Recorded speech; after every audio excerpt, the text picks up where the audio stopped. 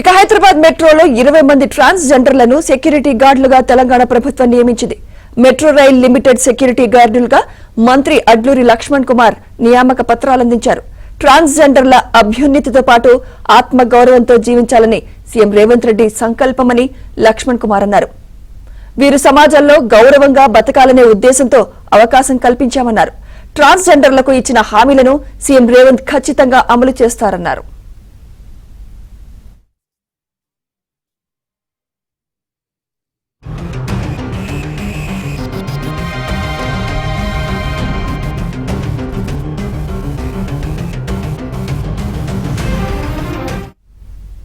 ఇక హైదరాబాద్ మెట్రోలో 20 మంది ట్రాన్స్జెండర్లను సెక్యూరిటీ గార్డులుగా తెలంగాణ ప్రభుత్వం నియమించింది.